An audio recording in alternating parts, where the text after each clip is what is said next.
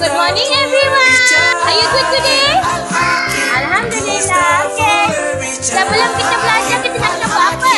Baca doa. Baca doa. Amin. What day is today? Today is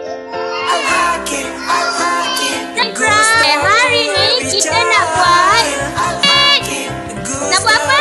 My breakfast plate. Pandai Aizan. Okay, cuba tengok dekat sini ada apa? Ada sausage dengan ada apa ni? Telur. Ni telur putih, ni telur kuning. Kita kena tampal telur kuning ni dekat atas telur putih boleh? Okay, kita kena gam. Lepas tu kita kena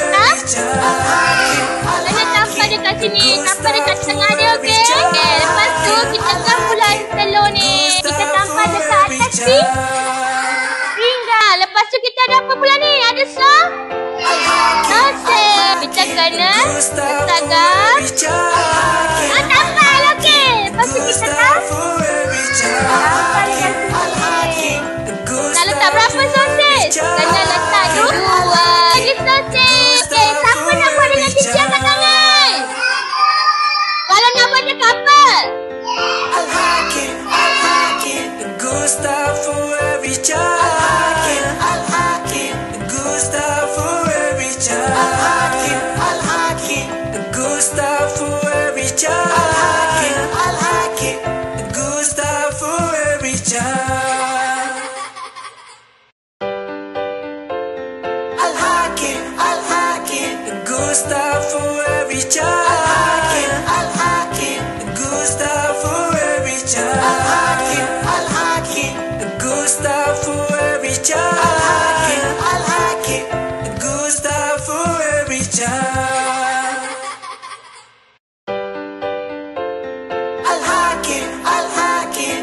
Gustav